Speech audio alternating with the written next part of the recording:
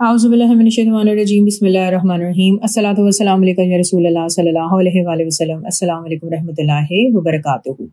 پچھلی ویڈیو میں آپ سے شیئر کیا تھا کہ کس طرح ابو لہب اور اس کی بیوی کی موت ہوتی ہے سورہ لہب میں بیان کے مطابق۔ اگر آپ کو پچھلی ویڈیو سے یاد ہو تو حضور پاک صلی اللہ علیہ وسلم کے گھر سب سے پہلی بیٹی جن کی پیدائش ہوئی تھی ان کا نام زینب بنت محمد رکھا گیا تھا،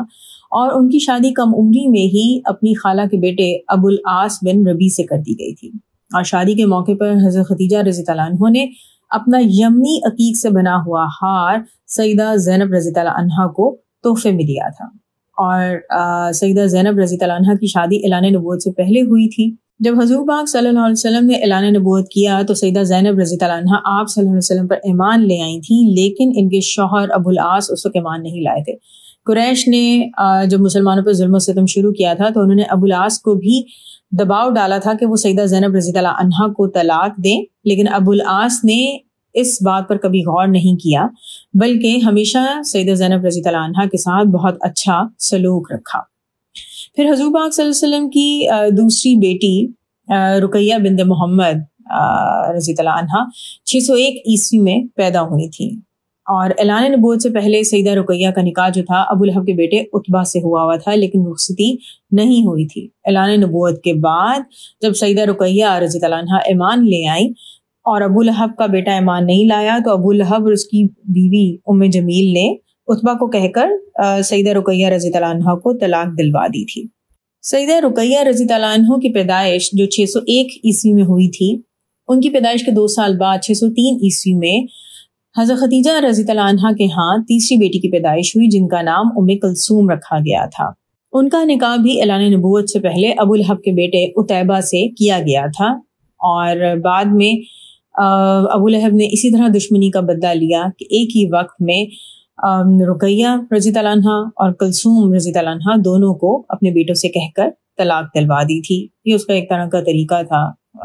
رسول پاک صلی اللہ علیہ وسلم اور آپ صلی اللہ علیہ وسلم کے خاندان سے دشمنی لینے کا۔ اب یہاں پر ہم نے حضور پاک صلی اللہ علیہ وسلم کی پہلی 3 بیٹیوں کی پیدائش اور ان کا تھوڑا سا بیک گراؤنڈ کو دوبارہ اس لیے ذکر کیا ہے کہ جنگ بدر کے بعد کچھ ایسے واقعات پیش آتے ہیں کہ جن میں ان کا ذکر آتا ہے۔ حضرت رقیہ رضی اللہ عنہا کی شادی کچھ عرصے بعد حضرت عثمان رضی اللہ عنہ سے کر دی گئی تھی، اور حضرت عثمان رضی اللہ عنہ نے حضرت رقیہ رضی اللہ عنہا کے ساتھ حبشہ کی طرف ہجرت بھی کی تھی۔ پھر جب مسلمان مدینہ شریف میں آباد ہونا شروع ہوئے تو حضرت عثمان رضی اللہ عنہ حضرت رقیہ رضی اللہ عنہا کے ساتھ مدینہ شریف آ کر آباد ہو گئے تھے۔ جس وقت غزوہ بدر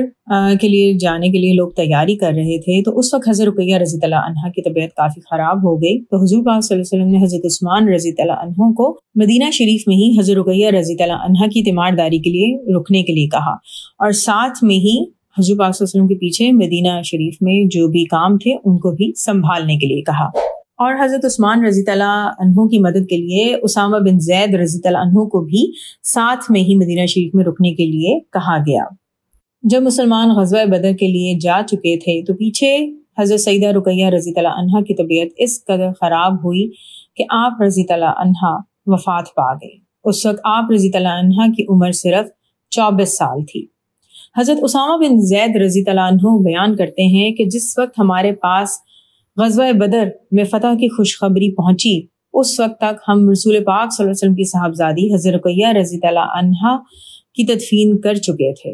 غزوہ بدر کی کامیابی کے باوجود مدینہ شریف پہنچنے پر جب یہ غم کی خبر ملی تو حضور صلی اللہ علیہ وسلم نے نہ صرف اپنے آپ کو سنبھالا بلکہ باقی خاندان والوں کو بھی تسلی و تشفیع دی۔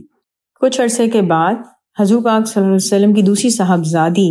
حضرت ام کلثوم رضی اللہ عنہا کی شادی حضرت عثمان رضی اللہ عنہ سے کر دی گئی، اسی لیے حضرت عثمان رضی اللہ عنہ کو ذو النورین یعنی 2 نور والے کہا جاتا ہے۔ انشاءاللہ باقی نیکسٹ ویڈیو میں الصلاۃ والسلام علیکم یا رسول اللہ صلی اللہ علیہ وآلہ وسلم۔ السلام علیکم ورحمۃ اللہ وبرکاتہ۔